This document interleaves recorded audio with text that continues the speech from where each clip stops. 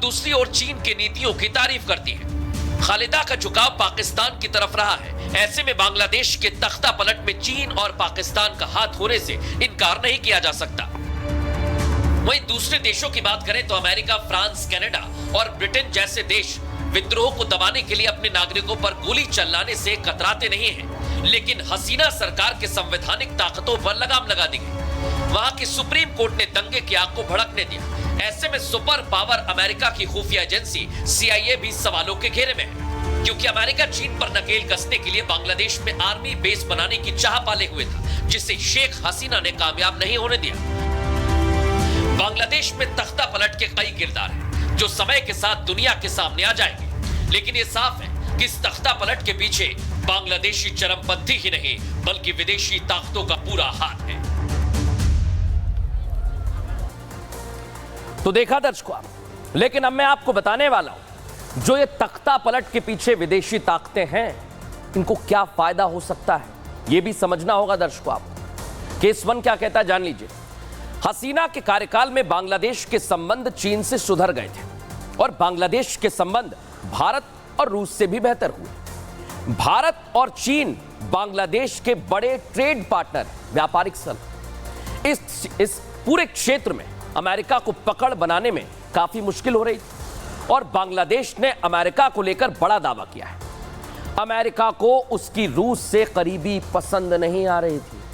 America Bangladesh पर pressure डाल रहा था, दबाव बना रहा था और बांग्लादेश में अमेरिका को तरजीह देने वाली सरकार आने पर फायदा होगा। यानी अमेरिका साउथ एशिया में अपनी पकड़ मजबूत कर सकता है और मिडिल ईस्ट की तरह अमेरिका की पकड़ मजबूत हो सकती है इस तरह के हालात से। लेकिन इस तख्ता पलट के पीछे कौन हो सकता है, समझ लीजिए, क्योंकि तख्ता पलट में पाकिस्तान का कनेक्शन सामने आ रहा है दर्शकों, और इन हालात के पीछे पाकिस्तान की खुफिया एजेंसी ISI का हाथ भी है। हिंसा भड़काने में छात्र शिविर संगठन का नाम है। यह संगठन प्रतिबंधित जमात इस्लामी से जुड़ा हुआ है और यह जमात इस्लामी, ISI इसको समर्थन करती है। छात्र शिविर का काम क्या है? बांग्लादेश में हिंसा भड़काने का था। बांग्लादेश के हालात एक सोची समझी साजिश की ओर इशारा करते हैं। यानी बांग्लादेश में पाकिस्तान की तरह ही सेना साजिश में शामिल थी। इस साजिश को लेकर लगातार दूसरे देशों से फंडिंग भी हो रही थी। बांग्लादेश में तख्ता पलट की साजिश 6 महीने पहले से रची गई थी दर्शकों। जनवरी 2022 से जिस तरह से आगे बढ़ते हुए ये 24 में जुलाई में शुरू हुआ और जमीन तैयार की गई। सेना, अधिकारी, जमात इस्लामी के बीच बैठकों का दौर चला।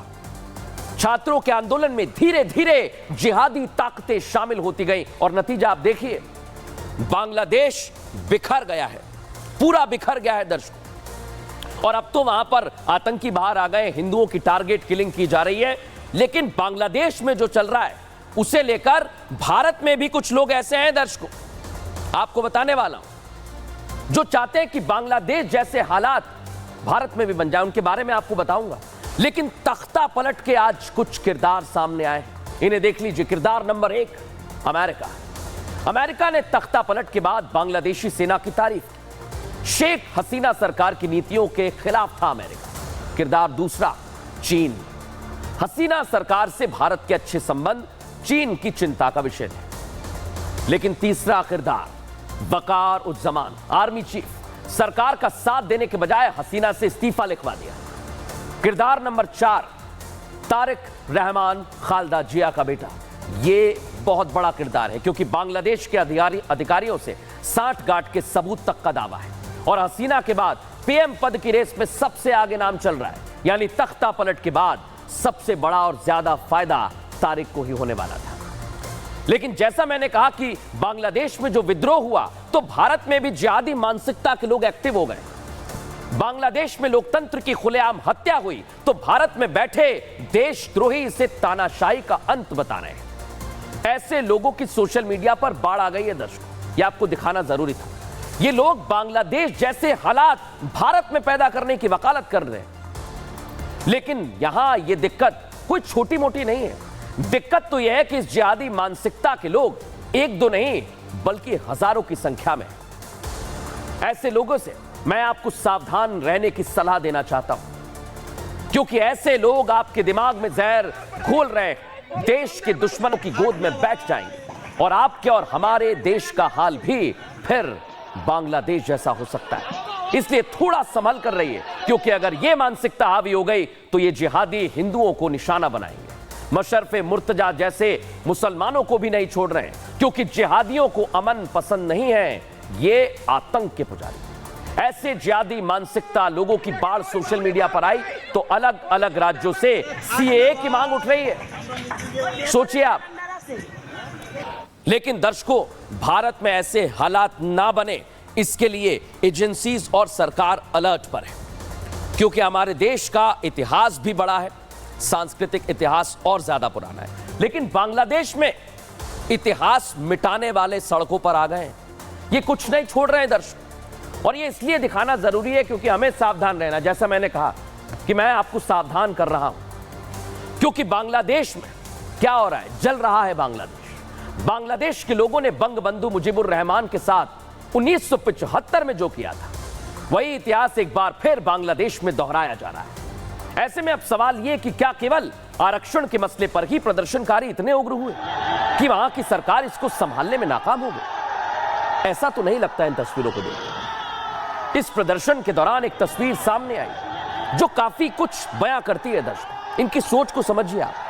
प्रदर्शनकारियों ने बांग्लादेश के संस्थापक शेख मुजीबुर रहमान की मूर्ति को तोड़ दिया। मुजीबुर रहमान ने भारत के सहयोग से 1971 में पाकिस्तानी जुर्म का मुकाबला किया और फिर बांग्लादेश के रूप में एक आजाद मुल्क की स्थापना की। लेकिन बांग्लादेशी कट्टरपंथियों ने 1975 में मुजीबुर रहमान के पूरे परिवार को मार गिराया, हत्या कर दी उनकी। लेकिन कट्टरपंथी न सिर्फ इतिहास को मिटा रहे हैं, बल्कि लूट खसोट हो गई है। यहां पर भी हिंदुओं को लूटा जा रहा है। शेख हसीना के देश छोड़ते ही ये पीएम आवास में घुस गए। देखिए आप, पंखा कुर्सी जो हाथ लगा वो लेकर जा रहे हैं। आरओ तक, गद्दे, बैग, कपड़े और कई बेशकीमती सामान भी लेकर गए। सोचिए आप कैसी लूट मची हुई है। लेकिन आप सोचिए कि सोच का अंत बहुत जरूरी है। इसलिए हम कह रहे हैं कि भारत की नजर बनी हुई है, भारत इस पर नजर बनाए हुए है। फिलहाल न्यूज का एक्सट्रीम इतना ही। कल फिर हाजिर होंगे रोचक और जानकारी भरी खबरों के साथ। नमस्कार।